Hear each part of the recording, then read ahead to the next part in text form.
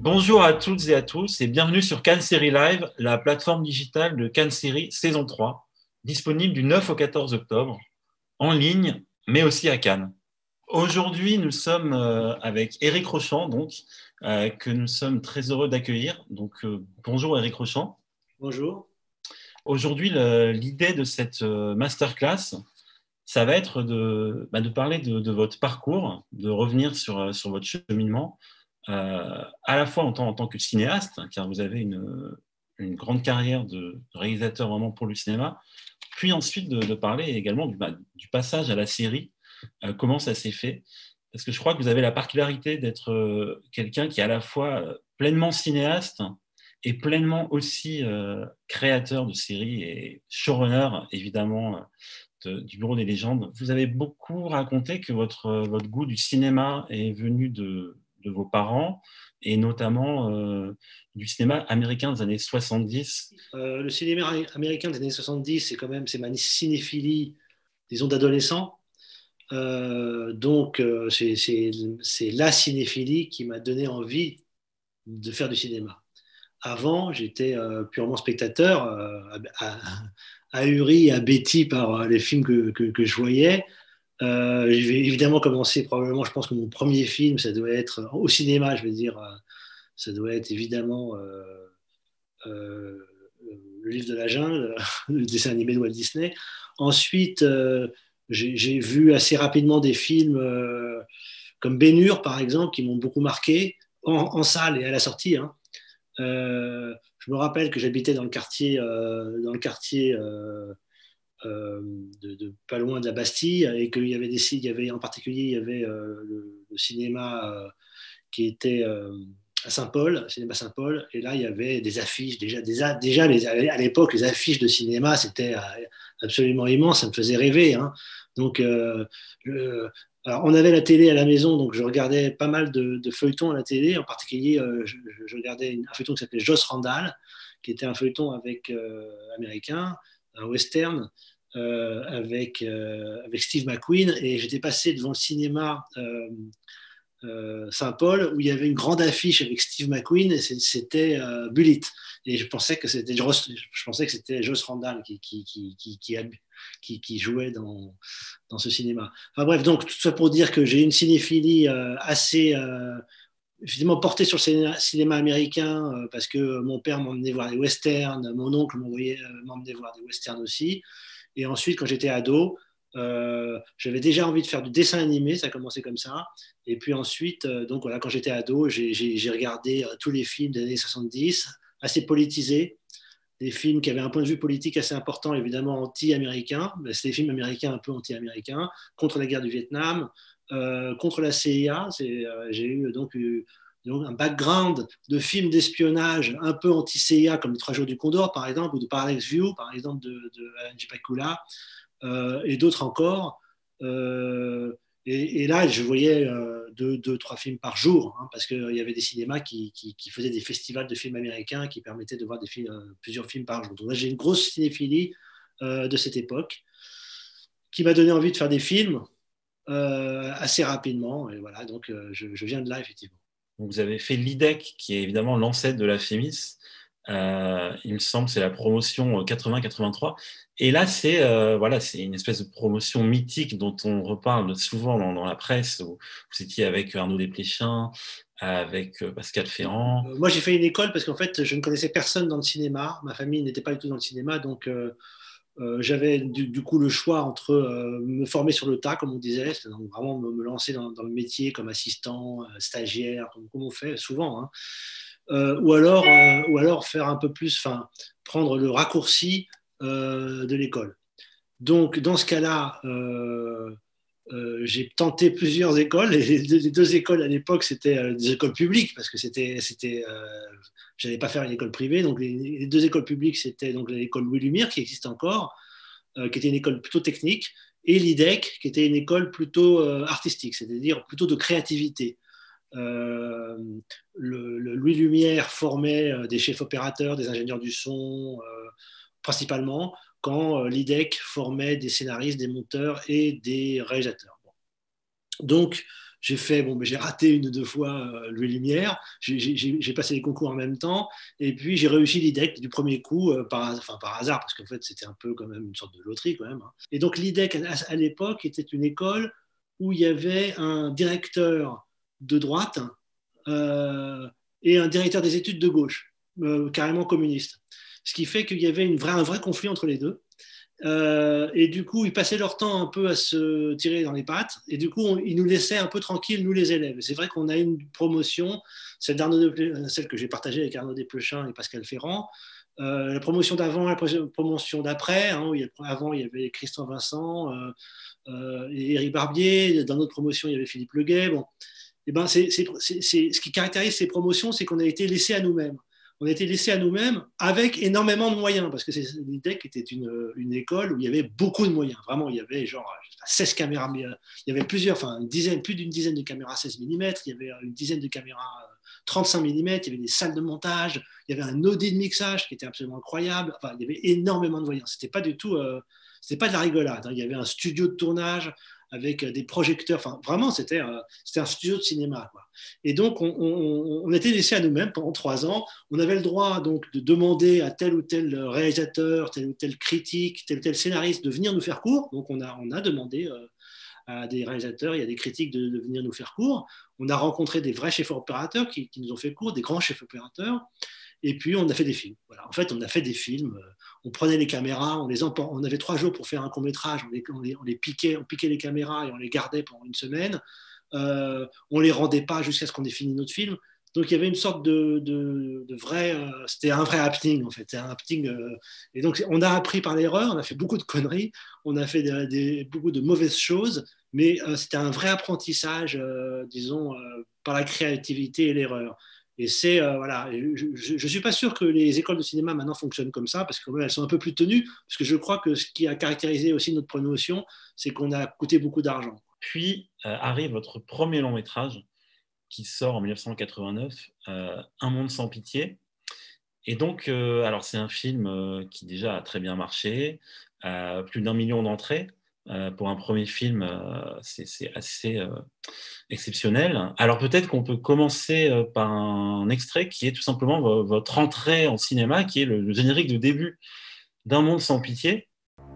Si au moins on pouvait en vouloir à quelqu'un. Si même on pouvait croire qu'on sert à quelque chose, qu'on va quelque part. Mais qu'est-ce qu'on nous a laissé? Les lendemains qui chantent? Le grand marché européen? On n'a que dalle. On n'a plus qu'à être amoureux comme des cons. Et ça, c'est pire que tout.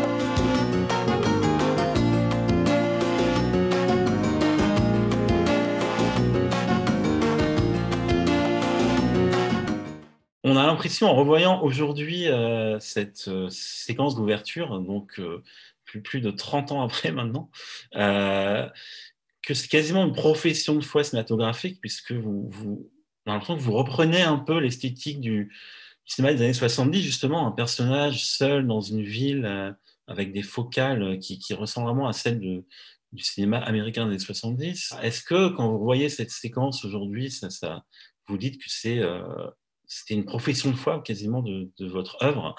C'est l'histoire de l'œuvre qui le dit. Mais pour revenir sur ce générique, donc d'abord j'ai eu l'idée de ce générique. Il était prévu un pré-générique que j'avais écrit et qui est passé à la trappe parce que vous savez que le tournage d'Un monde sans pitié, c'est un premier film, mais c'est un premier film qui a été accouché dans la douleur, hein. Et donc, en fait, on avait commencé on avait commencé le tournage qui devait durer 10 semaines ou 11 semaines. On avait commencé et au bout de 3 semaines de tournage, le tournage s'est arrêté faute d'argent. On y avait été un peu, le producteur y avait été un peu à l'audace. Malheureusement, l'audace n'a pas payé et donc il n'y avait plus d'argent. Et donc ça s'est arrêté. Et ça s'est arrêté pendant 3 mois. le temps de réunir de nouveau les fonds nécessaires en montrant les rushs, en disant regardez, c'est vachement bien, c'est incroyable, c'est super et tout. Bon, on essayait de vendre le truc. Et ça a repris qu'au bout de 3 mois. Donc c'était une expérience traumatisante pour moi. Voilà, on arrive sur le marché du cinéma, on fait son premier film et boum, ça s'arrête au bout de 3 semaines. Et là, on se dit vraiment que, on n'est pas que, en fait, le cinéma veut pas de vous, quoi. Hein. Moi, je me suis dit dans ce moment-là, bon, voilà, j'ai essayé, nice try, comme on dit en anglais, et puis voilà, et puis tant pis, ça va pas marcher. Bon, donc, et donc il y avait un pré-générique. Il y avait un pré-générique assez ambitieux où je parlais de la ville du bien et de la ville du mal, où je montrais un peu, c'était une sorte d'allégorie, et que j'expliquais que cette histoire de ville du bien et de ville du mal allait plutôt se fondre à un moment donné pour donner la ville d'aujourd'hui, qui est la ville où il y a le bien et le mal, il y a un peu tout en même temps, et toc, on passait à ce générique. Bonne ou mauvaise idée, c'est quelque chose qui est passé à la trappe, puisqu'on a dû évidemment couper énormément pour reprendre le tournage dans des conditions un peu plus humbles. Et donc, du coup, j'ai dû couper beaucoup de choses dans le scénario. Donc, tout ça pour dire que voilà, on a le générique, mais il y avait un pré-générique. Alors, est-ce que c'est une profession de foi? Vous avez raison. En tous les cas, j'ai utilisé une longue focale, et parce que ça, c'est mon influence, effectivement, du cinéma américain des années 70, qui venait de la télévision et qui venait du reportage. Or, le reportage à l'époque, en tous les cas, même encore maintenant, était en termes d'image, en termes de filmage, non plus maintenant, parce que maintenant, c'est les petites caméras, c'est le téléphone, c'est les GoPro, etc. À l'époque, c'était des grosses caméras, et donc il fallait se planquer pour filmer les choses, le réel. Pour filmer le réel, il fallait le filmer de loin en se planquant. En même temps, il fallait bien qu'on voit les choses. Donc, il y avait effectivement les longues focales, c'était l'objectif. Et ça a marqué, c'est vrai, ça a marqué le cinéma des cinéastes qui venaient pas mal du reportage. En même temps que que j'avais cette cinéphilie du cinéma américain des années 70, j'étais aussi un enfant pas de l'Union soviétique, mais de la guerre froide. Hein. Donc, j'ai vécu pendant la guerre froide, j'ai vécu dans cette opposition politique entre le communisme et le capitalisme.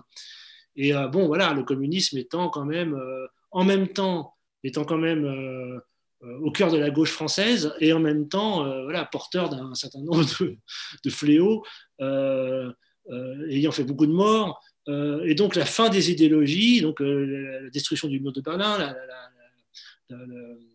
la chute de l'Union soviétique a correspondu à l'époque à une sorte de remise en cause de l'idée même, de l'idéal même de l'idéologie. Avoir une idéologie, bon, croire en quelque chose, effectivement, c'était très important, mais en même temps, ça amenait à de grandes catastrophes. Donc, je suis un enfant de ça aussi. C'est vrai que donc Un monde sans pitié, ça. Et c'est vrai que le point de vue qui est développé dans le Bureau des légendes, c'est un point de vue désidéologisé, qui est celui des services secrets français, enfin, en tout cas, une idéalisation qui est peut-être la mienne, une idéalisation des services secrets français qui, comme tout service secret au service de démocratie, je ne parle pas des services secrets qui sont au service de gouvernement qui prennent un peu leur désir pour des réalités, mais en tout cas, les services secrets au service de démocratie ont quand même pour vocation à peindre un monde qui existe et non pas un monde fantasmé. Pas un monde tel qu'on aimerait qu'il soit, mais plutôt le monde tel qu'il est, justement pour déterminer où sont les dangers, où sont les menaces. Donc c'est un monde désidéologisé. Et peut-être qu'effectivement, l'intérêt que j'ai pour ce regard-là sur le monde, un regard sans fantasme, un regard lucide, et malheureusement très mélancolique, parce que quand on essaye d'avoir un regard lucide sur le monde, finalement, voilà, on arrive à penser que c'est quand même, voilà, on n'arrive pas à compenser les horreurs qu'on voit. On n'arrive pas à les compenser ou d'une certaine manière, à les émousser, à les relativiser en pensant que c'est fait pour une bonne cause ou qu'il y a une bonne raison de faire le mal sur Terre, etc. Bon, ben voilà, en fait, c'est cette idée-là que voilà, quand il y a des choses bien qui arrivent, des choses mal qui arrivent, et quand les choses mal arrivent, c'est assez compliqué de trouver on ne va pas chercher trop de boucs émissaires ou d'explications simples. Voilà. Donc, ça donne aussi une vision mélancolique du monde. Et je pense qu'il n'y a pas de bonne série sans mélancolie. Et je pense que c'est ça qui fait effectivement, je dirais, le cœur du point de vue du Bureau des légendes. Et c'est pas très loin, comme vous le dites, du générique d'Un monde sans pitié. Après Un monde sans pitié, qui donc a vraiment été un film qui a eu une importance générationnelle, qui était une sorte de film culte à l'époque. Vous avez fait Aux yeux du monde avec Yvan Attal et Charlotte Gainsbourg qui racontait une prise d'otage qui là était une sorte de clin d'œil à Sidney Lumet, Un après-midi de chien. Et Ouais. ensuite, vous arrivez donc à un film très ambitieux qui est Les Patriotes, qui est sorti en 94. Et là, voilà, c'est un récit d'espionnage, un film qui ausculte les services secrets israéliens, donc le Mossad. Un film qui a été tourné dans 3 pays différents, il y a 3 langues différentes. J'ai pu faire ce film parce que j'avais énormément de crédits qui avaient été pas tellement gâchés, pas tellement entachés par l'échec commercial Aux yeux du monde, qui était effectivement un hommage à Un après-midi de chien de Sidney Lumet. Donc, était aussi voilà, qui participait de cette référence au cinéma américain des années 70. Les Patriotes correspondaient à mon projet cinématographique tel que j'aurais pu le définir au moment même d'entrer dans le cinéma. C'est-à-dire que je voulais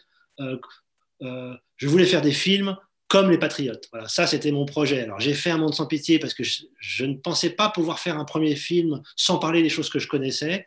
Je ne pensais pas être assez fort, assez outillé en termes de mise en scène, d'univers, pour pouvoir commencer à aborder des trucs complètement loin de moi. Mais mon projet, c'était Les Patriotes. Et d'ailleurs, Un monde sans pitié, Aux yeux du monde et Les Patriotes, c'est quand même un éloignement vers mon propre univers, hein, qui est l'univers d'un jeune Parisien à l'époque, puisque je suis né à Paris, voilà, j'ai toujours vécu là, français, parisien, donc tout ça est un peu étriqué, mais mon horizon a toujours été d'élargir. Donc après Un monde sans pitié parisien, j'ai voulu faire évidemment un film qui se passe dans la France, hein, même un road movie en plus à l'époque, dans un autocar. Et après avoir traversé la France avec un autocar, eh bien, je me suis attaqué au monde et c'était ça mon projet cinématographique. On m'a suivi grâce à un producteur, Alain Roca, qui a pris tous les risques. Bon, ben, vous savez que Les Patriotes a failli s'arrêter au bout d'une semaine de tournage. J'ai vraiment eu l'impression que j'étais maudit, puisque au bout d'une semaine de tournage, il y a eu un gros clash entre Alain Roca, mon producteur, et la SFP, je crois, à l'époque, qui était partenaire financier du film. Il y a eu un clash et il y a eu un coup de bluff du producteur, c'était vraiment incroyable, où il a fait croire il a dit, bon, on arrête le tournage, si vous faites chier comme ça, on arrête le tournage. Bon, pendant un week-end, j'ai vraiment pensé que ça s'arrêtait et donc que recommençait la malédiction de l'arrêt de tournage d'Un monde sans pitié pendant 3 mois. Bon, là, ça a duré que 3 jours. En tous les cas, c'était une aberration de production. Pourquoi ? Parce que c'était un film assez cher, donc 70 millions d'euros, c'était quand même, de francs, pas d'euros. Donc, voilà. C'est beaucoup moins.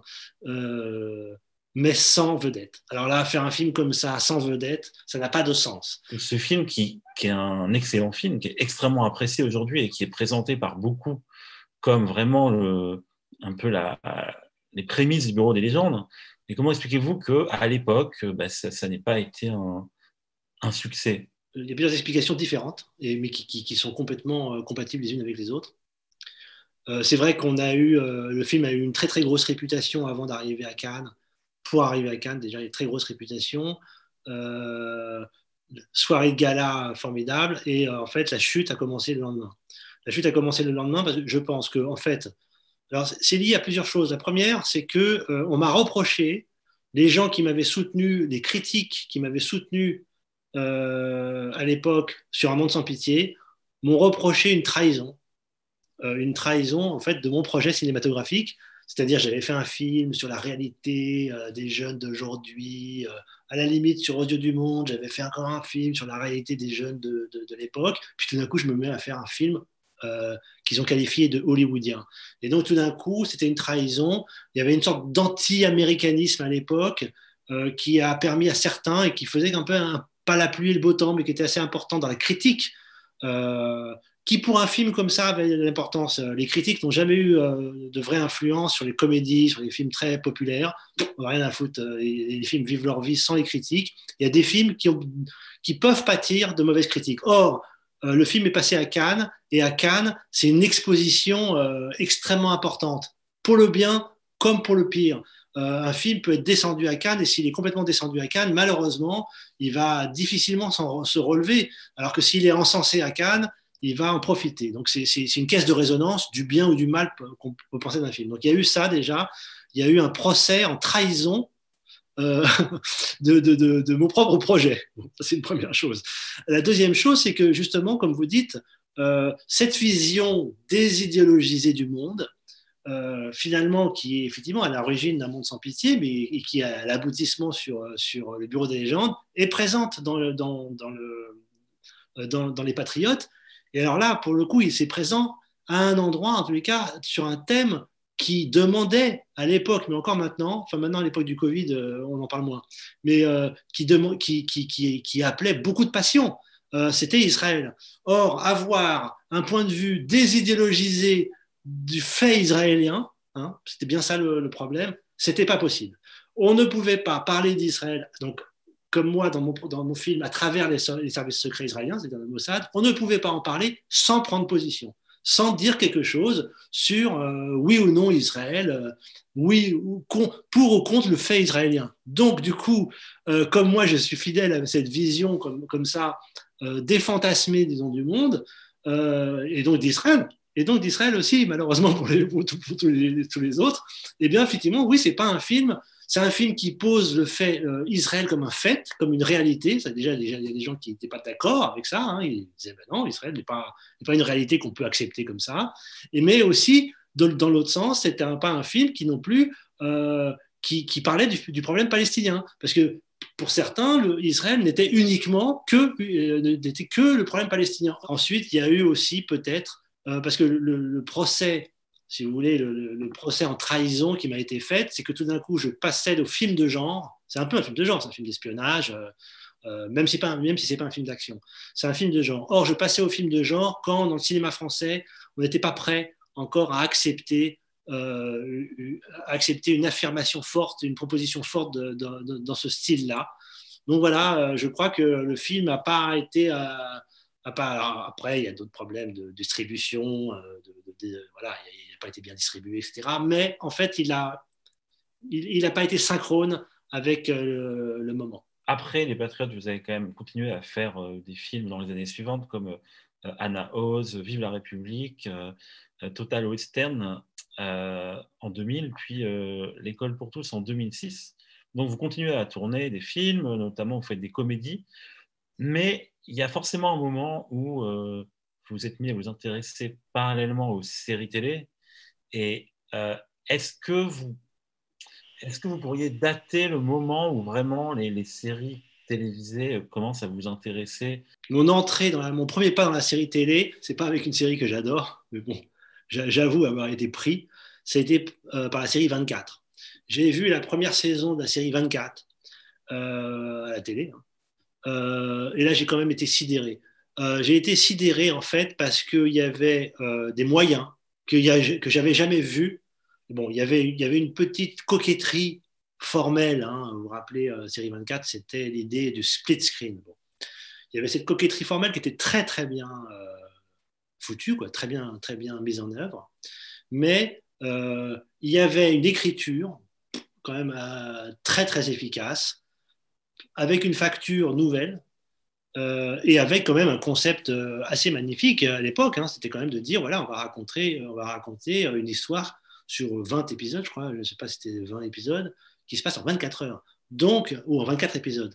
Donc, un épisode par heure d'histoire.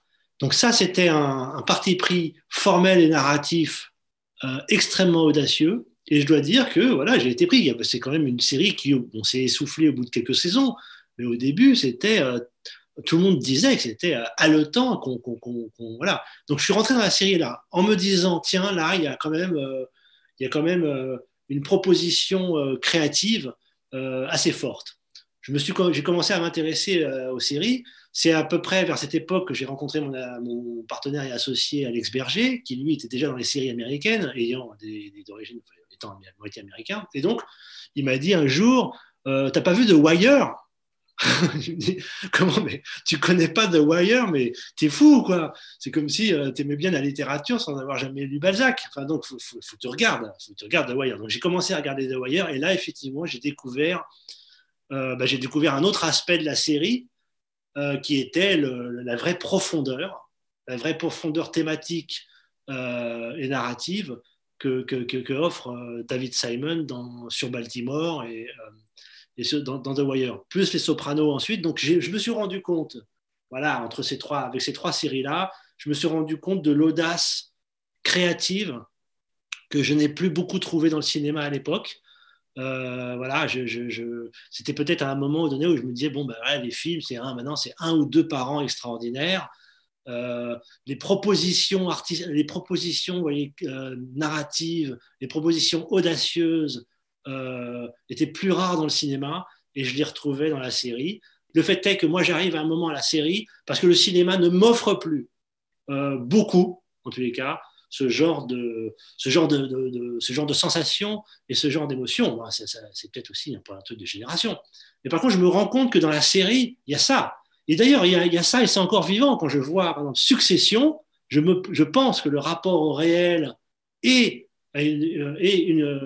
articulé à une réflexion sur la nature humaine, sur la profondeur de l'âme humaine, disons, remise au goût du jour, mise à jour, hein, par rapport aux problèmes d'aujourd'hui, est encore possible. Alors maintenant, je pense que la série est en train elle-même, le monde de la série est en train lui-même de suivre un mouvement qui peut-être va être celui du cinéma. Mais en tout cas, voilà, je suis arrivé à la série comme ça, parce que je me suis rendu compte que c'était là que les créateurs avaient vraiment de l'audace. À ce moment-là, j'ai aussi découvert Mad Men, qui était d'une audace d'écriture incroyable, parce qu'on disait toujours Hollywood, c'est les gros... On disait les gros sabots d'Hollywood. Hollywood, les Américains, c'est vraiment les gros sabots, c'est les alarmes américaines, etc. Mad Men, c'est une série qui dure 7 saisons sur des enjeux narratifs extrêmement ténus. Je trouve ça absolument dingue d'avoir pu faire ça, par exemple. Donc, je me suis dit, ben, c'est là qu'est la créativité. Donc, j'ai voulu tenter le truc et voir pourquoi c'était là. Je crois que c'est lié au format, évidemment, et c'est lié au format très spécifique de la série en plusieurs saisons, quoi. Comment êtes-vous venu à travailler sur Mafiosa? Ça s'est fait comment? Et qu'est-ce que vous avez retiré en fait de cette première expérience sérielle? En fait, on avait déjà avec Alex Berger eu l'idée de faire une série sur les oligarques russes. On voulait faire une série déjà. On voulait produire cette série. Et donc, on était en train d'y réfléchir quand la productrice de Mafiosa me propose de reprendre la série Mafiosa, qui a fait une saison sur Canal, et qui me dit, est-ce que tu veux pas la reprendre? Donc je regarde et je me dis, tiens, c'est pas honteux du tout. C'est une série Canal. Alors là, pour le coup, là, je passe à la série française, hein, quand même, parce que j'étais venu avec 24, The Wire et Soprano, et tout d'un coup, on me demande de regarder une série française. C'est un truc de fou, ça. Or, je regarde une série française, Mafiosa, et je me dis, bon, ben, c'est pas mal, hein, c'est pas mal, il y a des choses à faire. C'est pas mal joué, c'est pas mal fait, c'est pas mal écrit. C'est pas inintéressant, c'est pas le feuilleton à la France 3, France 2, voilà, qui pour moi sont regardables. Donc voilà, je trouve ça plutôt intéressant. On me propose donc de reprendre l'écriture, puis ensuite la réalisation. Eh bien oui, d'accord, j'y vais pour apprendre. En fait, j'y vais pour me dire, bon, voilà, je veux savoir ce que ça veut dire faire une série en France. J'aime beaucoup les séries américaines, j'aime beaucoup les films américains, mais on est en France. Donc qu'est-ce qu'on peut faire en France? Est-ce qu'on peut le faire? Donc voilà, j'y vais pour expérimenter le truc, et j'ai d'ailleurs mis 2 saisons à comprendre, hein. La première saison, je dois vous dire, d'abord j'étais à reculons, et c'est vrai que j'ai demandé autour de moi, est-ce que j'y vais? Est-ce que moi, qui ai fait des films comme ça, de cinéma, Les Patriotes, tout ça, qui était à Cannes, est-ce que je me commets à faire de la télé? C'était vraiment une question à l'époque. Et je demande autour de moi, et certains m'ont dit, n'y va pas, c'est de la télé, c'est affreux les séries, laisse tomber, etc. Et j'ai quand même quelques personnes qui m'ont dit, vas-y. Bon, encore une fois, évidemment, Alex Berger, mais évidemment, Yvan Attal, Hippolyte Girardot, qui m'ont dit vas-y. Voilà. Et donc, je ne nommerai pas ceux qui m'ont dit de ne pas y aller. Donc, j'y vais pour voir ce que ça veut dire de faire une série en France. Alors, du coup, j'ai évidemment bien appris. Évidemment, j'ai découvert des acteurs formidables, qui sont les acteurs qui ont joué dans Mafiosa. J'ai découvert donc tout un monde. J'ai découvert aussi ce qu'il ne fallait pas faire. J'ai découvert ce qui faisait encore les limites de la série française, c'est-à-dire le système de production, qui était en fait un système de production hérité de la télé à l'ancienne. Et donc, je suis sorti de là en sachant ce qu'il fallait faire pour faire une série comme on en fait aux États-Unis. Alors, je dirais, je n'avais pas encore, enfin, évidemment, j'étais un peu ambitieux, mais je voulais faire une bonne série. Mais je savais que de toute façon, pour se donner toutes les chances de faire une bonne série, il fallait adopter les méthodes qui avaient fait preuve, qui avaient fait leur preuve. Voilà. Donc, avec Alex Berger, qui lui aussi était tourné vers la série américaine, on a été étudier, on a été voir, on a été observer les méthodes américaines de fabrication de séries, d'écriture, du système d'écriture comme du système de production. Et donc, je suis revenu de ce voyage, pas spécialement d'aller là-bas, mais en tout cas, je suis revenu de cette étude avec l'idée de voilà ce qu'il faudrait pour faire une série. Si on veut faire des séries aussi intéressantes que les séries américaines, il faut adopter les mêmes méthodes. D'abord, il faut accepter l'idée de faire une saison par an. Je pense que c'est un rendez-vous important. Et ça, alors ça, c'est un truc de production. C'est pour faire concurrence. C'est pour pas être écrasé. Toujours pareil, pour pouvoir faire d'autres séries derrière, pour pouvoir travailler, continuer à faire son métier et ne pas être laminé par des problèmes de production.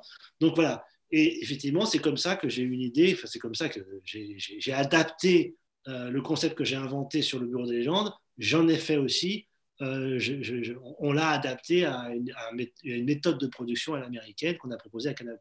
Entre Mafiosa et le Bureau des légendes, vous revenez au cinéma avec Mobius qui sort en 2013, donc un film d'espionnage, là encore, avec Jean Dujardin et Cécile de France. Et comment ça s'est fait un peu chronologiquement ? Est-ce que le projet a été lancé avant celui du Bureau des légendes, ou est-ce que c'était une espèce de grande répétition générale, Mobius, avant le Bureau des légendes ? J'ai imaginé et écrit Mobius avant Mafiosa. J'ai écrit, c'est un film ambitieux, c'est un film en anglais. À un moment donné, ça devait être un film américain, enfin avec des fonds américains. J'avais été voir des acteurs comme William Hurt, enfin voilà, j'avais été voir des acteurs comme ça. Et puis ça, là, les francaouis qui veulent faire des films américains, voilà, ils se cassent les dents en général. Donc voilà, on a un peu galéré. Et entre-temps, on me propose Mafiosa. Entre-temps, évidemment, je m'intéresse à la série. Entre-temps, on me propose Mafiosa. Donc, j'ai été voir les producteurs de Mobius. Je leur ai dit, vous allez m'attendre un an parce que là, je vais faire Mafiosa, ça m'intéresse, c'est important, etc. Ils m'ont fait un peu la gueule, je dois avouer. J'ai fait Mafiosa saison 1. Je reviens pour reprendre Mobius. Et là, on me propose la saison 2. Enfin, ça, c'est un peu naturel. La saison 2, plutôt, on me propose la saison 3. Donc, je refais la saison 3. Les producteurs me refont la gueule. Ce qui est normal, ils m'attendaient, c'est pas sympa, quoi. Après la saison 3, là, c'est vrai que du coup, bon, je me suis dit, je vais écrire la saison, je vais écrire avec Pierre Leccia, qui a repris la saison, qui a repris Mafiosa, je vais écrire avec lui la saison 4, mais je vais revenir à mon projet de long métrage, parce que je commence à devenir salaud avec les producteurs. Et c'est vrai qu'entre-temps, j'avais quand même réussi, enfin j'avais quand même écrit une ou deux autres versions de Mobius, c'était redevenu français, parce que ça me paraissait quand même plus simple à faire en français. Et puis voilà, on a commencé à faire lire, et boum, il y a Jean Dujardin qui lit, qui dit je veux le faire. Bon, ben voilà, ça tout de suite, ça change la donne. C'est d'un film peut-être pas si facile que ça, même si j'avais quand même du crédit, mais pas si trop facile, parce que c'est un film de genre. Donc, les films de genre, à l'époque, en tout cas, les films de genre ne doivent pas être trop chers. Il y a eu des grandes, des grandes exceptions, comme par exemple Mesrine, mais en gros, les films de genre, faut se calmer un peu parce qu'on ne peut pas faire plus d'1 million, 1,5 million d'entrées, il ne faut pas non plus penser que ça va être un truc de dingue, donc voilà, le budget doit être adapté. Donc, le fait de faire un film de genre, encore une fois, un film d'espionnage, je pouvais le faire. J'avais le droit de le faire. Le marché me donnait le droit de le faire, mais pas trop cher. Voilà, s'il y a Jean-Gilles Dujardin, ça change tout. Ça, vous décrochez Jean-Gilles Dujardin, tout le monde vous ouvre les portes. Et du coup, voilà, on a fait Mobius avec Jean et Cécile de France. Et oui, c'est mon projet cinématographique. Alors moi, ça fait longtemps que je voulais faire un truc sur le trading, sur le rapport à la finance, sur les oligarques russes. Ça me permettait un peu de fouiller un peu tout ça. Euh, Toujours, je reprenais ce projet cinématographique qui consistait finalement à élargir mon horizon, à parler des États-Unis, des Russes, des Américains. J'ai eu l'occasion du coup de travailler avec des acteurs américains de The Wire. Donc des acteurs vraiment que j'adorais. Hein. Donc, ouvrir l'horizon, élargir, parler du monde plutôt que de mon environnement immédiat, ça, c'était mon projet et je l'ai retrouvé avec Mobius. Mobius a quand même marché pas mal parce que grâce au casting, évidemment, là, pour le coup, c'était pas une erreur de production comme Les Patriotes. Il y avait un vrai casting pour soutenir ce type de projet. Et Mobius m'a ouvert une fenêtre, un créneau d'opportunité. Juste derrière, si j'allais voir Canal en disant voilà, j'ai une série pour vous, j'ai une série. Canal qui était venu me voir plusieurs années avant en me disant est-ce que tu veux pas faire un truc sur l'espionnage? À l'époque, je n'étais pas mûr. Le projet, les gens avec qui je parlais, les producteurs n'étaient pas mûrs pour ça. Donc là, je reviens vers eux avec un projet qui est celui du Bureau des légendes, qui était parfaitement adapté à la série et qui évidemment se nourrissait des 2 films d'espionnage que j'avais fait avant.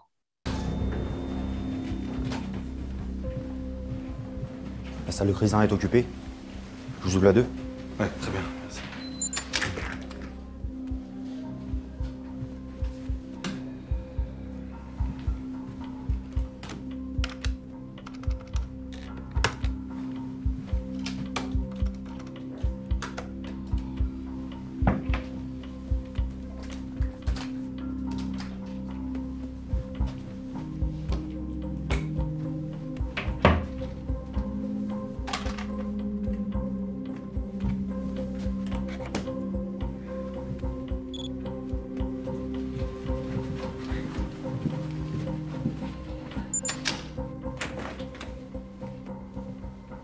Colonel. Bonjour Henri. Colonel, je ne sais pas si vous connaissez Malotru, notre clandé qui vient de finir sa mission en Syrie. Mon colonel.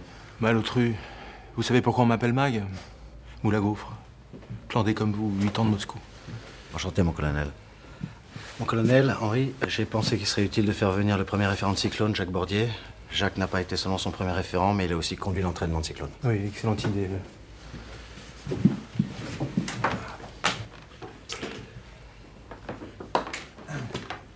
La prochaine fois que vous me dites qu'il ne se passe rien de spécial quelque part, je vais sérieusement m'inquiéter. Ça fait maintenant 52 heures que nous n'avons plus de nouvelles de notre clandestin à Alger. On a combien de clandestins en service? On en avait 9. Avec Malotru qui vient de rentrer, on n'en a plus que 8. Dont Cyclone. Dont Cyclone. On a donc égaré un 8e de la flotte.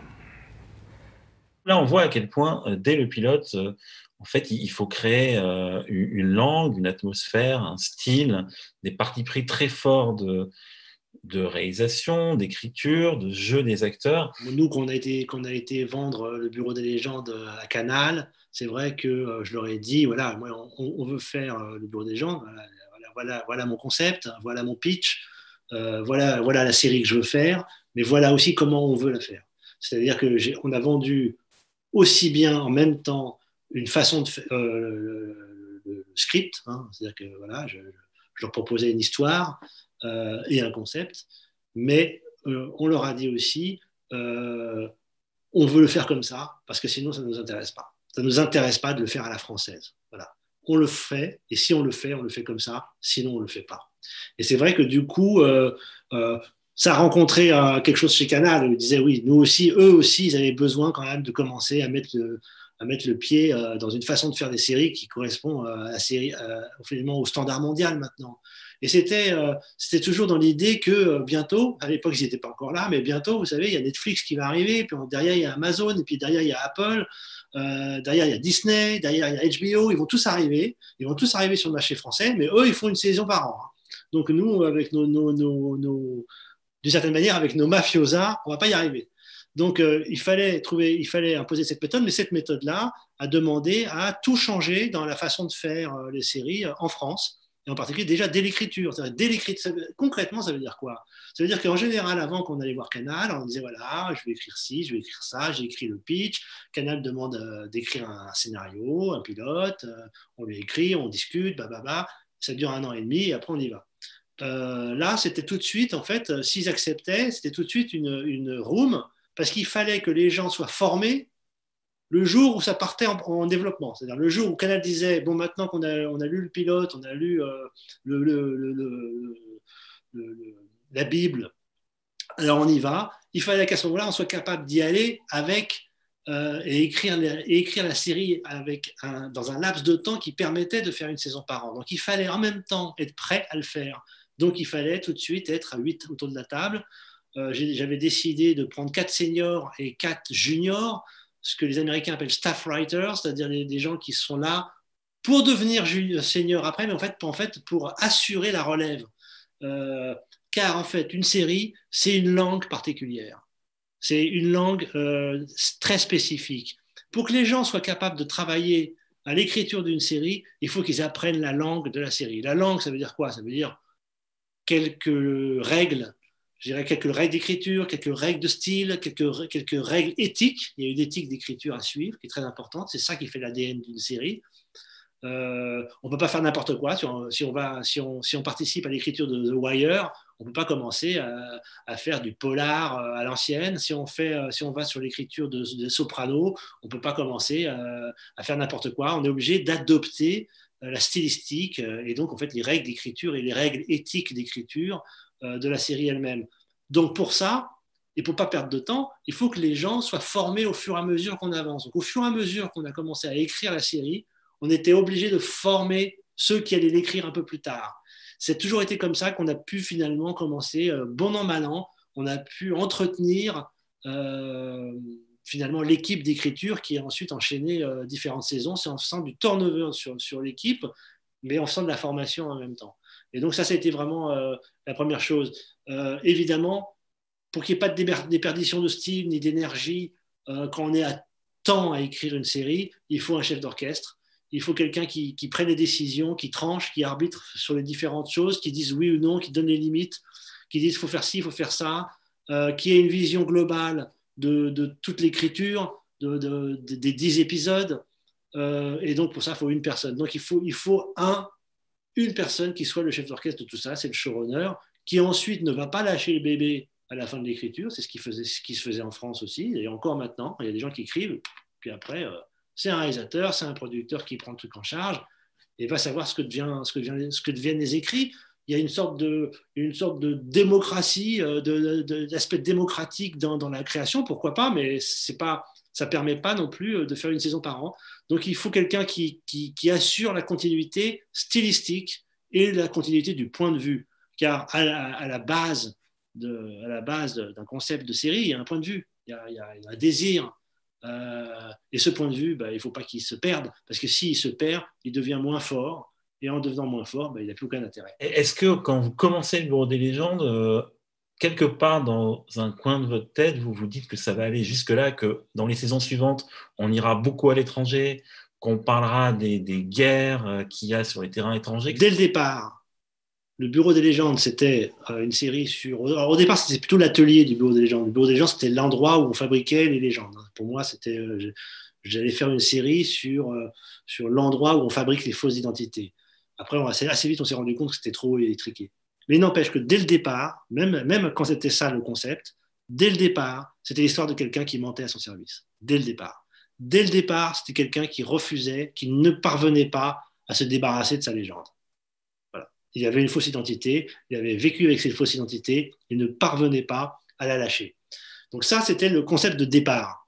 Et dès le départ, il y avait cette idée qu'en faisant ça, il y avait une sorte de fuite en avant et que c'était une boule de neige, ça allait de catastrophe en catastrophe, car un tel manquement à la règle, à une des règles les plus assez importantes quand même, de ne pas se prendre pour Napoléon, de ne pas croire qu'on est sa propre légende, eh bien, ce manquement à la règle allait avoir, allait avoir vraiment des conséquences catastrophiques. Ça, c'est l'idée de départ. Voilà. Après, tout est à faire. Pourquoi il fait ça? Pourquoi il ment? Qui sait exactement? Sur quelle mission il est, etc.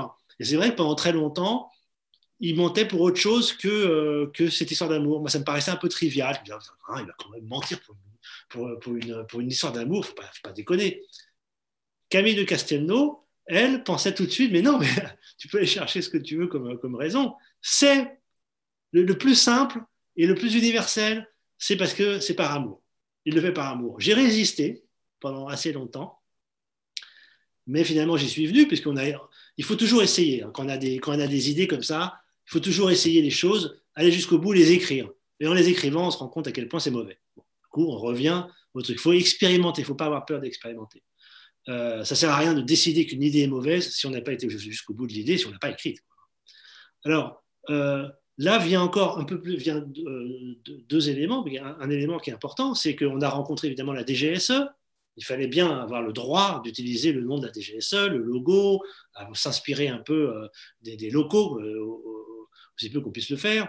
Et là, effectivement, on a appris que la légende n'était pas un mot inventé, que ça existait, que la fausse identité existait, et qu'effectivement, une des règles les plus importantes, c'était effectivement de lâcher sa légende, qu'il fallait faire attention à ne pas se prendre. Voilà. Donc ça a confirmé notre hypothèse de départ.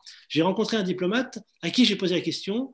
J'ai dit, est-ce qu'il est possible d'envisager qu'une femme soit partie prenante des négociations de paix sur la Syrie et sur la préparation de l'après-Bachar en Syrie? Là, si une femme pouvait avoir cette position-là, si c'était pas trop absurde et grotesque, ça pouvait m'intéresser, parce que là, l'histoire d'amour permettait, si vous voulez, d'une certaine manière, que le héros soit lié à une femme qui a cette importance-là et qui est liée elle-même à ce conflit-là, me paraissait ne pas partir dans les tours par rapport dans les tours du romanesque, d'une certaine manière. Il fallait que je restais concentré sur mon sujet. Et quand cette personne m'a dit « ça n'arrivera pas, mais c'est tout à fait possible, ne serait-ce que pour l'apparat hein, », et d'ailleurs, c'est exactement ce qui s'est passé. Je crois qu'il y a eu il y a eu une femme dans les discussions de Vienne, justement à l'époque où on parlait encore de l'après-conflit avec Bachar el-Assad, bon, maintenant c'est fini, on n'en parle plus, mais là il y avait une femme. Et donc là, du coup, ça a été pour moi, par exemple, ça a été vraiment une sorte de déclenchement, de libération. Voilà, on est comme ça, on a besoin d'être, quand on a une petite limite comme ça dans l'écriture, on a besoin d'être libéré. C'est peut-être psychologique, mais en tous les cas, en fait, c'est une libération narrative. Ça m'a permis vraiment d'avoir tout de suite de voir que j'allais pouvoir trouver mon compte et que j'allais pouvoir rester fidèle, en fait, au sujet, enfin, au désir de départ. Au désir de départ de faire une série sur la DGSE et de parler du monde et d'avoir cette vision désidéologisée du monde. Voilà.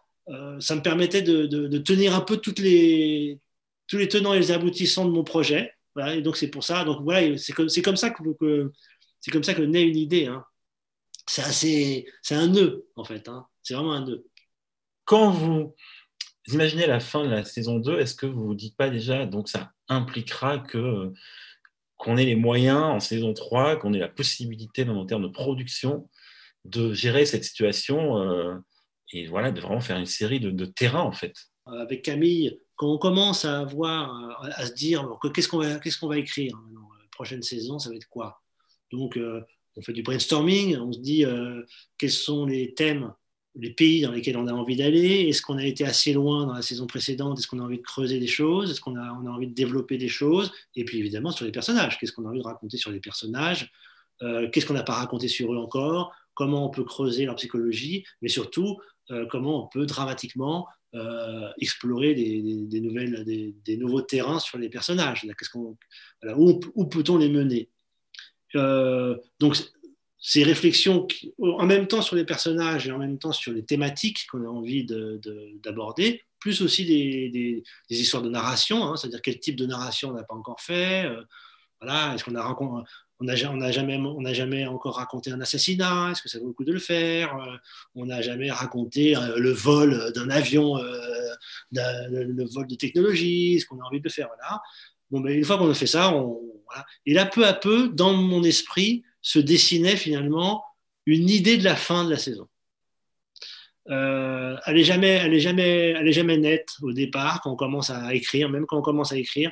Mais peu à peu, quand on commence à construire le récit en différents épisodes, il faut avoir un horizon. Il faut se dire, a priori, on va arriver là. Je ne sais pas comment. Par exemple, la saison 4, c'était ça.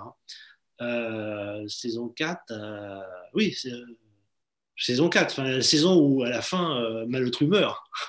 Je savais que j'allais arriver à ça. Assez vite. Je ne savais pas du tout comment j'allais y arriver. Je ne savais pas exactement comment il allait mourir, comment on allait faire pour savoir qu'il était mort, pas mort, etc. Je ne savais pas, mais je savais que j'allais finir comme ça, que c'était là où je voulais aller, sans savoir comment. Eh bien, c'est pareil. On savait plus ou moins, mais ça ne s'est pas dessiné tout de suite sur la saison 2, mais à un moment donné, commence à se dessiner de manière très floue, vaguement, on voit quelque chose à la fin, comme ça, tout au fond. On se dit, voilà, ça va se terminer sur le terrain et ça va se terminer sur Malotru qui se fait, qui soit saute sur la bombe avec son propre explosif, soit en réchappe, mais alors il est prisonnier de Daesh. Donc, sachant ça, voilà, comment on y arrive, on ne sait pas, et on travaille plusieurs mois pour y arriver. Et puis, peu à peu, au fur et à mesure qu'on avance, épisode après épisode, l'image floue devient plus nette. L'image floue devient plus nette et ça s'affine et ça se précise. Ça reste à peu près la même idée, mais un peu différente. Donc voilà, finalement, il va probablement il va tuer le bourreau, mais lui-même va en réchapper. Enfin voilà, peu à peu ça s'affine et ça se précise et ça devient complètement net. Et puis quand on arrive à l'épisode 5 ou 6, j'ai l'idée très très nette. En général, j'ai toujours eu l'idée très très nette de comment ça allait se terminer. Donc, et évidemment, l'idée, c'est que ça ne va pas au-delà. Il ne faut pas aller au-delà. Et c'est toujours ce que j'ai dit à tous les scénaristes qui ont travaillé avec moi. J'aurais toujours dit, n'en gardez pas sous le pied. Si vous avez une bonne idée, elle doit être dans la saison. Si vous avez une bonne idée de narration, une bonne idée d'histoire, une bonne idée d'épisode, n'importe quoi, vous l'écrivez, elle doit être dans la saison. On ne va pas mettre de côté, genre, ah putain, j'ai une super idée, mais on va la mettre de côté, on va le faire à la saison 2. Non, mais dans la saison 1. C'est ça qu'il faut faire. Il faut que la saison soit le mieux possible. Il ne faut pas en garder derrière. Tu vas affaiblir la saison sur laquelle tu travailles pour renforcer celle sur laquelle tu ne vas même pas pouvoir. Peut-être cette truc, tu ne vas pas pouvoir la faire. Donc, non, il faut tout mettre. Il faut tout brûler. Et donc, d'une certaine manière, si on arrive à la fin sans savoir ce qu'on va en faire dans la saison suivante, eh ben tant mieux, parce que du coup, les gens qui vont regarder la série vont pas savoir comment on va s'en sortir. Eh ben très bien, ça sera à nous derrière de travailler, d'essayer d'imaginer des solutions. Mais mettons-nous dans le mur, allons dans le mur, ça sera très bien pour la série elle-même. Donc effectivement, on terminait la saison 2 sur Malotru qui était prisonnier. Apparemment, il n'a aucune chance de s'en sortir, parce que la réalité veut que dans ces cas-là, on n'a aucune chance de s'en sortir. Ben voilà, quand on a commencé à écrire la saison 3, on avait ça sur les bras, mais c'était bien, parce qu'en fait, voilà, on devait répondre à la question du spectateur qui était, mais comment il va faire? Ben, on ne sait pas, mais on va le retrouver. Qu'est-ce qui fait que vous avez gardé le désir de faire cette série encore en saison 4 et 5? Comment le désir est maintenu? Au bout de 3 saisons, on a peur de perdre d'inspiration, en fait. On se dit, bon, voilà, ça y est, j'ai donné ces 3 saisons. On n'a pas envie, en fait, de finir la série sur une mauvaise impression. On n'a pas envie de s'épuiser dessus. On a envie de rester toujours à niveau. Et donc, au bout de 3 saisons, à chaque saison, du coup, je me suis dit, est-ce que je vais y arriver? Est-ce qu'il vaut mieux pas s'arrêter? Parce que j'ai peur vraiment d'abord de faire de la redite, de ne pas savoir comment se renouveler. En fait, c'est ça l'idée, de ne pas savoir comment se renouveler, sans chercher le nouveau. Voilà, mais bon, voilà, comment justifier qu'il y en ait une autre? Comment justifier qu'il y ait une saison suivante? Si ce n'est qu'il faut qu'il y ait de nouvelles choses à dire ou des choses à approfondir. Et donc la question, c'est savoir est-ce que je vais trouver Est-ce que je vais avoir l'inspiration pour ça? Et donc ça, c'est une angoisse qui commence à monter, évidemment pas au début, mais au bout de 3 saisons, là pour le coup, le succès de la série n'aide pas, hein, parce que c'est une pression en plus. Parce que bon, si la série a plus ou moins de succès, comme par exemple la première saison, voilà, il y a eu quelque chose d'intéressant, mais c'était pas non plus le succès qu'il y a aujourd'hui. Et du coup, il y avait de la marge de progression. C'est bien quand il y a de la marge de progression. On se dit, bah voilà, la marge de progression, c'était de rajouter un peu de terrain, c'était de sortir un peu, voilà, c'était de se servir des personnages, de raconter des choses sur eux. Voilà. Il y a une marge de progression. On arrive à la fin de la saison 3. Il y a évidemment toujours une marge de progression, on n'est pas dans la perfection, mais on peut se poser la question, savoir est-ce qu'on va réussir à progresser. Voilà. Et donc là, des fois, on se dit, bah, c'est pas sûr, je suis pas sûr d'avoir les ressources nécessaires, d'avoir l'inspiration nécessaire pour progresser. Donc c'est une question qui se pose pour la saison 4 et encore plus pour la saison 5. Et bon, voilà, donc effectivement, pourquoi la saison 4 s'est faite quand même? Parce que j'ai trouvé des ressources. Mais il fallait passer par, effectivement, confier peut-être une partie du travail à Pascal Ferrand pour pouvoir me concentrer sur autre chose, etc. On trouve des trucs, on trouve des nouvelles façons de faire pour en fait, garder l'inspiration et finalement réussir quand même à progresser.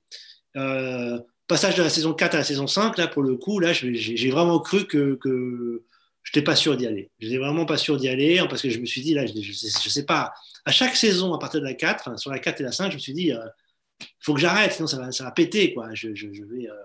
Voilà, je vais casser le truc. Je vais pas trouver le machin. Donc, du coup, voilà, sur la saison 5, c'était encore plus fort que sur la saison 4, puisque j'avais réussi. Ça passe ou ça casse. Hein. Donc, ça s'était passé en saison 4. À chaque fois, on remet le truc sur on remet le truc sur le tapis et on se dit qu'est-ce qu'on fait? On va remiser. C'est comme au casino en fait. Hein. C'est on gagne, et puis à un moment donné, à chaque fois, on remet sur le tapis. Mais tous les gens autour de vous disent t'es fou, c'est bon, pars, prends ton gain, casse-toi.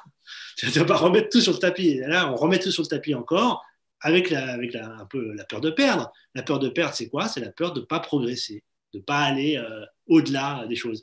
Et c'est bien pour ça, je ne sais pas si on va en parler, mais c'est bien pour ça que j'ai confié les deux derniers épisodes de la saison 5 à Jacques Audiard. C'est justement pour m'éviter d'avoir à me poser l'ultime question qui est la marge de progrès. Là pour le coup, le confier à un artiste aussi fort que Jacques Audiard me permettait, d'une certaine manière, finalement de trouver un souffle nouveau en le confiant à quelqu'un qui était capable artistiquement de l'appréhender. Bon. Donc, c'est toujours été cette problématique-là. Donc, comment on fait pour trouver l'inspiration et les ressources? Bah oui, on cherche. En fait, c'est des trucs à soi, c'est des trucs intimes qui vous permettent de trouver votre compte.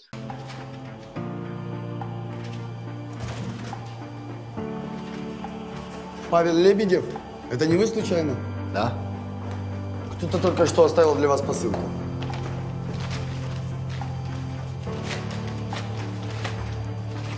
Кто их оставил?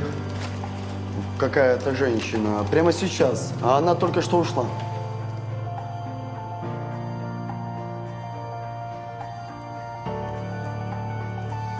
Спасибо.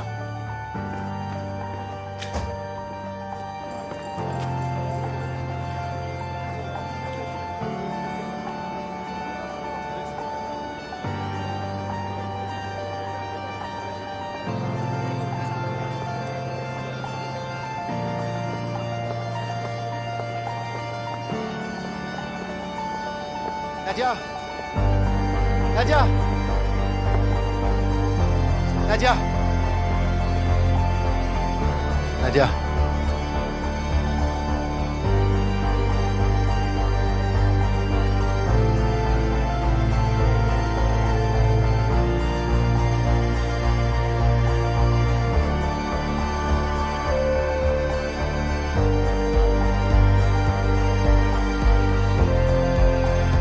Est-ce que dans cette saison 5, donc, qui a permis à Malotru de survivre, alors qu'on le pensait peut-être mort à la fin de la saison 4, est-ce qu'à un moment vous vous êtes demandé, est-ce que vous avez hésité à faire revenir Nadia El Mansour? En fait, d'abord, il y a eu une hésitation à faire revenir Malotru, déjà. Parce que la fin de la saison 4 nous permettait d'avoir le champ libre. On pouvait aussi bien faire une saison sans lui, même si elle était hantée par lui, ce qu'on a fait sur un épisode. On a joué cette carte sur un épisode, mais à un moment donné, on s'est posé la question de savoir si on n'allait pas jouer la carte sur toute la saison. Et même si c'est un peu fou de faire ça, mais la série permet quand même d'avoir certaines audaces comme celle-là. Et on a essayé, hein, c'est-à-dire qu'encore une fois, on ne rejette pas une idée tant qu'on n'a pas essayé de donner le meilleur de nous-mêmes sur cette idée. Parce que sinon, on ne saura pas si elle était bonne ou pas. Et finalement, on n'était pas satisfait de cette option. Donc, on a joué ça évidemment sur le premier épisode. D'ailleurs, c'est quand j'ai trouvé la solution. C'est au moment où j'ai trouvé la solution de comment j'allais gérer finalement la fin de ce premier épisode, que finalement je me suis mis à 100% dans la saison 5 en disant ok, je vais y trouver mon compte parce que j'ai trouvé le truc. Voilà. Mais jusqu'à ce moment-là, c'était pas évident. Et ensuite, Nadia El Mansour, elle n'était pas censée être là, effectivement. Donc d'abord, Malotru était là, ok, super. Nadia El Mansour, on était tous là à se dire, mais enfin, c'est fini Nadia El Mansour. C'est terminé, quoi. Ça y est, ils se sont ratés en saison 4, en saison 3, ils se sont ratés. On oublie, voilà, il n'y a plus. Et alors, c'est donc, si je me rappelle bien, il faudrait qu'il nous le confirme, mais si je me rappelle bien, c'est quand même Jacques Audiard qui a été quand même assez rare. Enfin, quand je lui ai proposé la botte, c'est-à-dire quand je lui ai dit, voilà, j'aimerais bien que ce soit toi qui fasses les 2 derniers épisodes, c'est-à-dire qu'il les écrive, qu'il les imagine, qu'il les conçoive. Évidemment, pour qu'il puisse prendre le relais, il fallait quand même qu'il soit là, puis qu'il apprenne la langue. Comme je disais au début, il faut apprendre la langue de la série. Il fallait qu'il soit là, puis qu'il étudie un peu comment on travaille, pour quand même pouvoir jouer lui-même avec les différents éléments. Je crois que c'est lui qui a dit il faut que Nathalie Mansour soit là. Il faut qu'elle vienne. Il faut qu'elle rentre. Il faut que tu trouves le moyen de rentrer. Tu ne peux pas ne pas l'avoir. Et surtout, tu ne peux pas terminer. Tu ne peux pas faire une dernière saison sans elle. Et moi, j'avais du mal à savoir ce que j'allais pouvoir faire d'elle. Mais c'est vrai que l'annonce de la mort de Malotru, puisqu'à un moment donné, tout le monde fait, il y a très peu de gens. Attention au spoil. Spoil, c'est pour ceux qui n'ont pas vu la saison. Il y a très peu de gens enfin, il y a très peu de personnages qui sont dans la confidence. Tout le monde pense qu'il est mort. Et donc, évidemment, il a fallu quand même traiter les différentes réactions de chacun à cette mort. Et donc, c'était compliqué, effectivement, de ne pas traiter Nadia El Mansour. On aurait pu complètement l'oublier.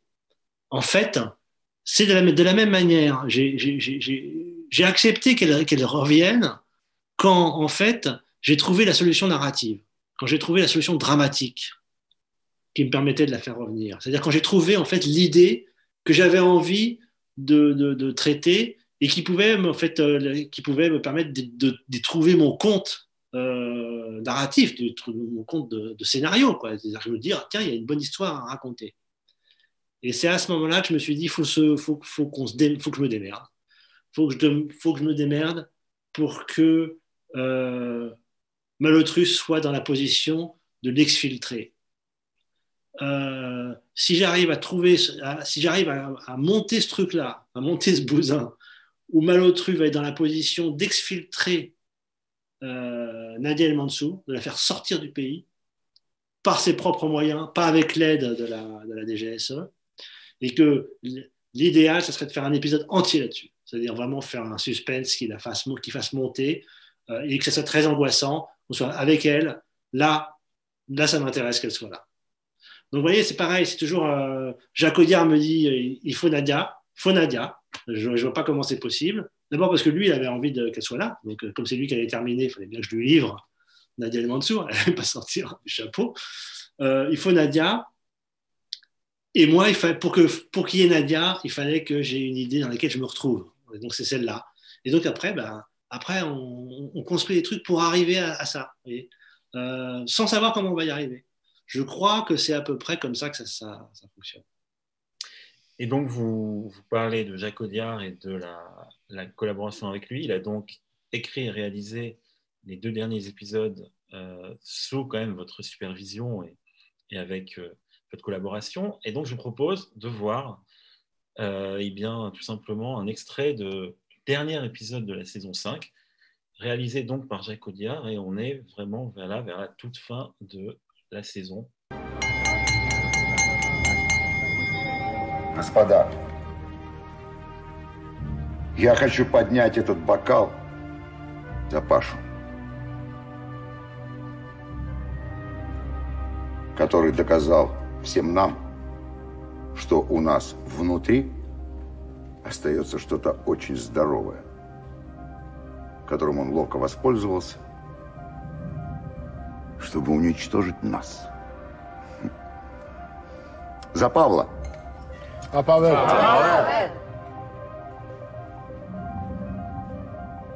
C'est fou.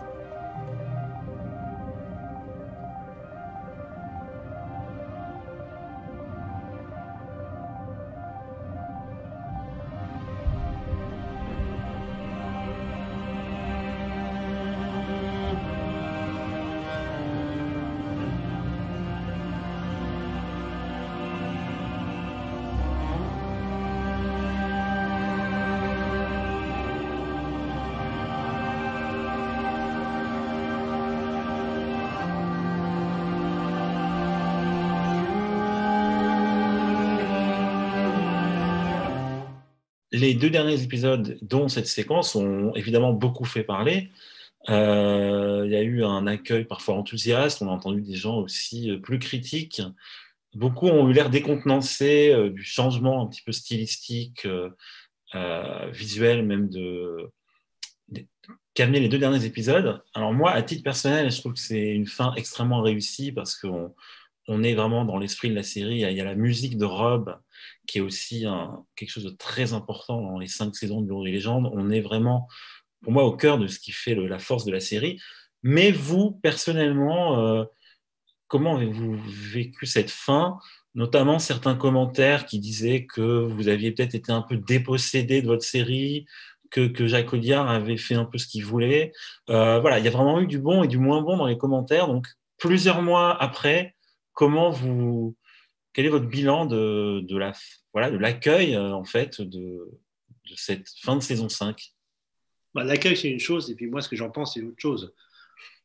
L'accueil, on jugera, l'histoire jugera. Vous savez, c'est pas un monde sans pitié, mais comme je vous ai dit, Les Patriotes, ça a été un échec commercial retentissant. Et puis, ça a eu des conséquences sur la suite de ma carrière, d'une certaine manière. Mais maintenant, voilà, vous dites que Les Patriotes, c'est considéré comme un film important. Voilà, donc, le temps rend justice aux œuvres, premièrement. Deuxièmement, quand je vois cet extrait, vous voyez, qui pour moi, un pur chef-d'œuvre, cette scène est un pur chef-d'œuvre, je dois dire que quand je vois cette scène, alors j'ai effectivement participé à l'élaboration de cette scène, c'est pas moi qui l'ai écrite, j'ai vu Jacques Audiard la sortir du néant. C'est-à-dire, de la même manière, avoir un truc très flou dans la tête, ne sachant pas qui, comment, quoi, ayant une petite idée comme ça, puis peu à peu, au fur et à mesure que ça s'écrivait, avoir un peu plus des idées, etc. Et même la réalisation, c'est passé par tout et son contraire. C'est-à-dire que Jacques Audiard, à la différence de moi, c'est quelqu'un qui écrit en réalisant. C'est-à-dire son écriture est complètement organiquement fluide entre l'écriture proprement dite et la réalisation. La réalisation scelle l'écriture. Et au moment de la préparation de cette scène, il a changé un certain nombre de choses. L'équipe, qui était mon équipe, qui a travaillé avec lui, et qui s'est adapté très bien d'ailleurs à son travail, a pu être décontenancée par non pas ses hésitations, mais ces changements de conception, ces changements conceptuels, parce qu'il avait quelque chose en tête qui s'est concrétisé dans cette séquence, qui est admirablement jouée par Mathieu Kassovitz, qui est extraordinaire dans l'air ahuri, en même temps ahuri, dépassé, mélancolique qu'il a dans cette séquence est magnifique. Le filmage, quand je revois le montage, là, le montage est extraordinaire, c'est extrêmement bien monté, le filmage est magnifique, les plans, chaque plan c'est très fort, c'est d'une force incroyable. Et ce que ça dit finalement au bout du compte sur le personnage, sur cet aboutissement, parce que c'est ça, au départ, l'idée c'est ça. Quand on en a parlé au début, j'ai dit, l'idée de départ, c'est quelqu'un qui mentait à son service et qui amenait les choses à devenir cataclysmiques, catastrophiques. Bien, il est là, Malotru est là, invité au banquet de toutes ses victimes, collatérales ou pas, et on sait très bien comment ça se termine, puisque la dernière des victimes, et ça c'est une idée absolument géniale, alors, je crois qu'on l'a eu plus ou moins ensemble, je ne me rappelle plus très bien, mais en fait, il y a eu un brainstorming, il y a eu une collaboration créative entre moi et Jacques, qui était assez précieuse, hein, ça s'est répondu, on s'est alimenté l'un l'autre là-dessus.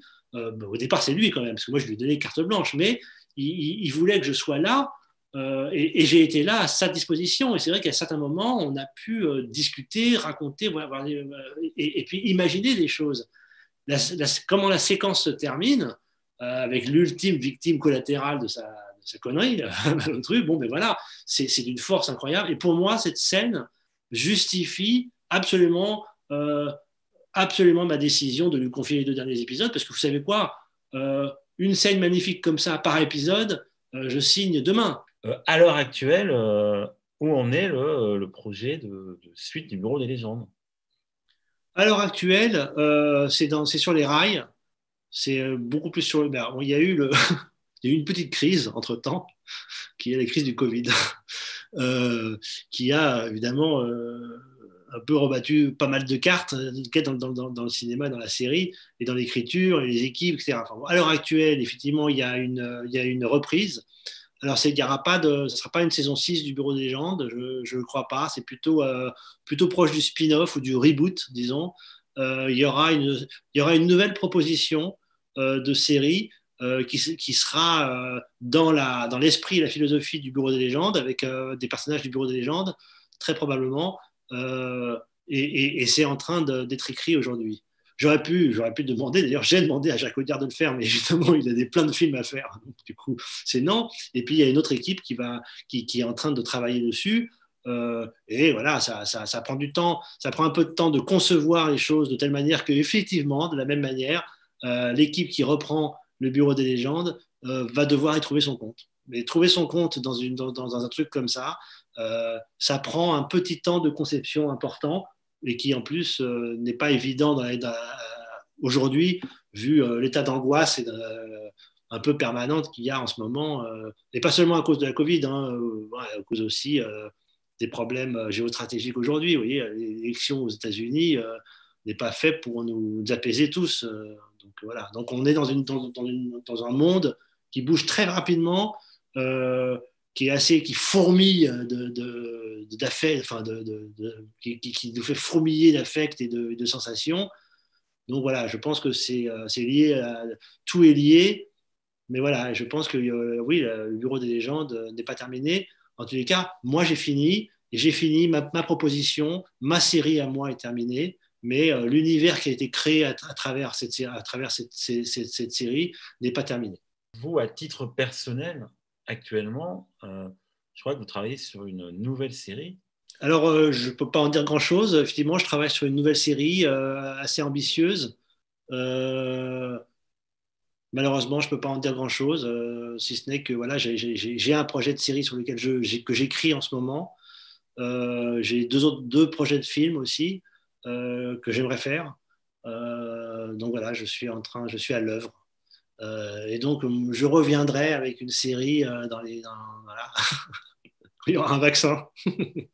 Ça sera à peu près. Je crois que ce sera à peu près à la même époque. Ben, merci beaucoup pour vos réponses, pour votre temps. Et, donc, merci à vous. Merci à vous d'avoir accueilli ici. Mais avec plaisir. Et donc, ben voilà, merci en tout cas à toutes et à tous d'avoir suivi cette séance sur Cannes Série Live. Et n'oubliez pas que vous pouvez également retrouver sur la plateforme chaque jour de nouveaux rendez-vous et de nouvelles séries. Bon festival et à bientôt. Et merci encore à Éric Rochant. Au revoir, merci.